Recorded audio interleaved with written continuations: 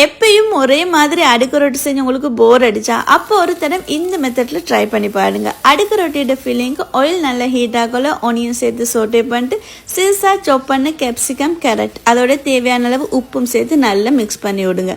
மசாலாக்கு வந்து pepper powder, chilli powder, கொஞ்சமா turmeric, சோஸுக்கு வந்து சோயா சாஸ், கெச்சப், அதோட ஆல்ரெடி குக் பண்ணி வச்ச சிக்கன் மிக்கி இதையும் சேர்த்து நல்லா மிக்ஸ் பண்ணி விடுங்க.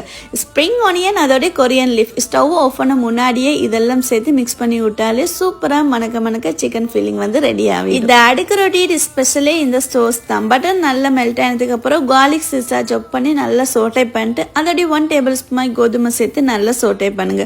ஃப்ரெஷ் மில்க் சேர்த்து மிக்ஸ் பண்ணி விட்டு ஆல்ரெடி குக் பண்ண சிக்கன் ஸ்டோக்கால கொஞ்சமா சேர்த்துக்கோங்க. பெப்பர் பவுடரும் சில்லி ஃபிளக்ஸ் தேவையான அளவு உப்பும் சேர்த்து நல்லா திக்கான கன்சிஸ்டன்சி வரைக்கும் ஸ்டவ் ஆஃப் பண்ணி விட்டு ரொட்டியோட பட்டர் ரெடி பண்ணிக்கொள்றதுக்கு 2 கப் கோதுமை, தேவையான அளவு உப்பு, ஃப்ரெஷ் மில்க் சேர்த்து நல்லா பிளண்ட் பண்ணிக்கோங்க. இந்த பட்டர்ல ஒரிகானோ சேர்த்து மிக்ஸ் பண்ணுங்க. தின்னக்குள்ள டேஸ்ட் வந்து ரொம்ப சூப்பராகவே இருக்கும். ரொட்டியை ரெடி பண்ணிக்கிறதுக்கு பேன்ல நல்லாவே பட்டர் ப்ரஷ் பண்ணிட்டு அதுக்கப்புறம் நாங்க எப்பயும் போல தான் தோசை சுடியை மாத்திட்டு 2 சைடையும் ஃபிளிப் பண்ணி போட்டு சுட்டுறதாலே ரொட்டி ரெடி ஆகிடும். அடுக்கு ரொட்டி செய்யறதுக்கு ரொட்டிக்கு மேலால சோஸை நல்லா ஸ்ப்ரெட் பண்ணி விட்டு ஃபில்லிங்கே நல்லாவே ஸ்ப்ரெட் பண்ணுங்க. இதே மாதிரி ஒவ்வொரு லேயரையும் செய்யுங்க. ஃபைனல் லேயருக்கு மேலால நிறைய நொதர்ல சீஸும் ஸ்ப்ரிங் ஆனியன் லைட்டா வந்து ஸ்ப்ரிங்கிள் பண்ணி விட்டு 10 மினிட்ஸுக்கு லோ ஃப்ளேம்ல போட்டு இந்த மாதிரி சுட்டுடுங்க.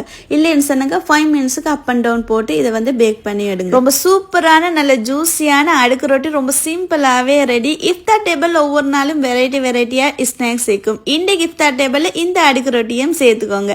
இந்த மாதிரி ஈஸியான ரெசிபிஸ் பார்க்க என் சேனலை ஃபாலோ பண்ணிக்கோங்க.